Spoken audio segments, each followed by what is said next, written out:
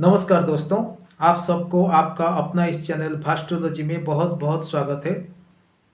हम इस नए साल पर वास्तु के लिए एक नया सीरीज लॉन्च कर रहे हैं, जिससे आपको वास्तु के शुरू से लेकर अंत तक की प्रमुख विषयों के बारे में आपको मैं जानकारी दूंगा।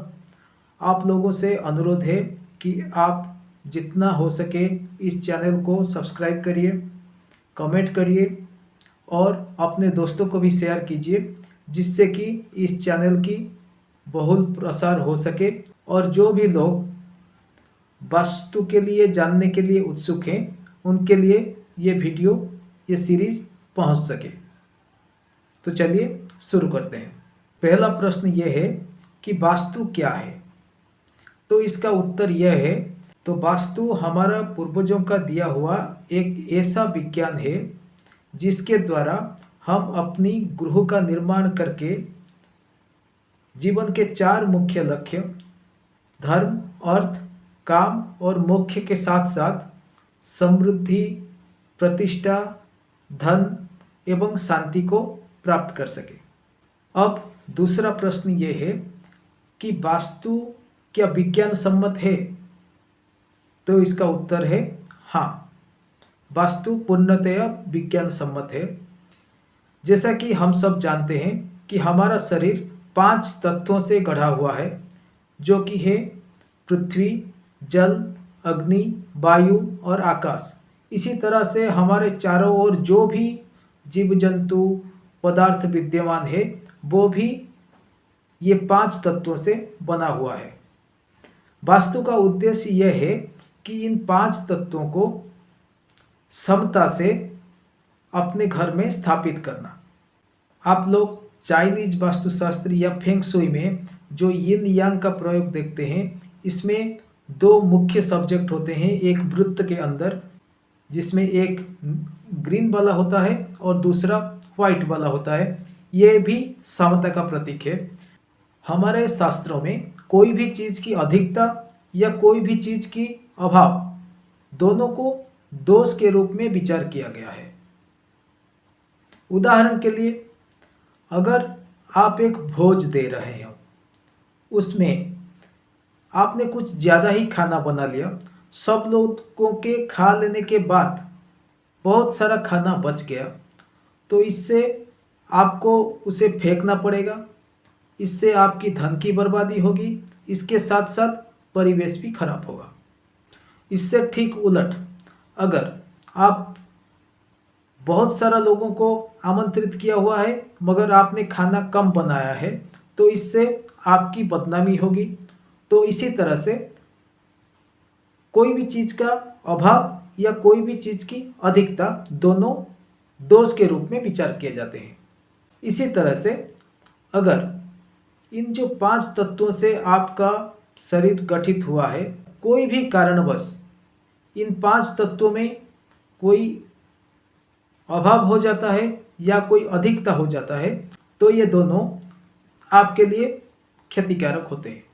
वास्तु का उद्देश्य ये है कि इन जो 5 तत्वों को सही सही परसेंटेज में आपके जीवन में ढालना है, जिससे कि आप एक सुखी, निरोगी, समृद्धिमय और शांतिमय जीवन व्यतीत कर सकें। क्या वास्तु हमें प्रभावित करता है?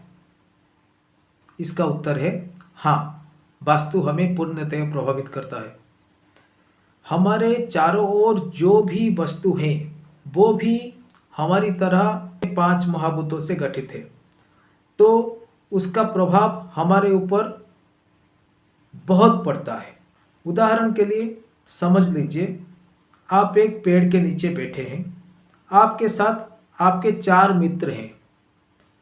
आप अपनी खुशहाली के बाद उनसे कर रहे हैं, वो लोग भी अपनी खुशियों की बात आपसे कर रहे हैं। एक अच्छी बातचीत का माहौल चल रहा है। उसी वक्त समझ लीजिए कि एक दोस्त वहाँ पर आ गया, जो कि अपनी दुख भरी कहानी आप लोगों को सुनाने लगा। तो इससे आप जितने भी लोग वहाँ पर बैठे हुए हैं, इन सब पर इसका प्रभाव पड़ेगा और आप लोग भी उसके साथ दुखी हो जाएंगे। इसी तरह से एक उदाहरण लीजिए। समझ लीजिए आप 4 मित्र एक जगह पर बैठे हुए हैं, हंसी खुशी की बात हो रही है। वहाँ पर एक रास्ता जा रहा है, समझ लीजिए वहाँ पर एक एक्सीडेंट हो गया और एक व्यक्ति की मौत हो गई। तो आप जितने भी लोग वहाँ पर बैठे हुए थे, आप सबकी मनोस्थिति पर उस दुर्घटना का प्रभाव जरूर पड़ेगा। और एक दूसरा उदाहरण मैं आपको देता हूँ। समझ लीजिए आपके घर के पास एक गंदा नाला बह रहा है। आप इसके पूरी तरह से आदी हो चुके हैं, आपको उसकी जो बदबू है वो नहीं आती। समझ लीजिए आपका एक मित्र आपके घर में आया हुआ है, आप इसको खाने को दे रहे हैं, मगर वो खाने में थोड़ा संकोच जरूर करेगा क्योंकि वहाँ पर जो भयानक बदबू है वो उसका आदी नहीं है, उसका प्रभाव इस पर जरूर पड़ेगा। इसी तरह से वास्तु का जो प्रभाव है वो हमारे शरीर पर जरूर पड़ता है। तो आप लोगों के लिए ये मेरा वास्तु का पहला चैप्टर था, जिससे हम एक सिस्टमेटिक तरीके से वास्तु को जानेंगे। इसी तरह से मैं इस श्रृंखला के और भी वीडियो डालता रहूँगा। आप लोगों को फिर से अनुरोध है कि आप इस चैनल को सब्सक्राइब करें, दूसरों को सब्सक्राइब करने के लिए कहें और इसको ज़रूर शेयर करें।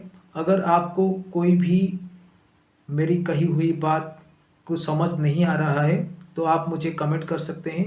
कोई भी वैदिक विद्या का उद्देश्य धन कमाना नहीं होता। वैदिक विद्या का उद्देश्य ये होता है कि आप दूसरों की सहायता।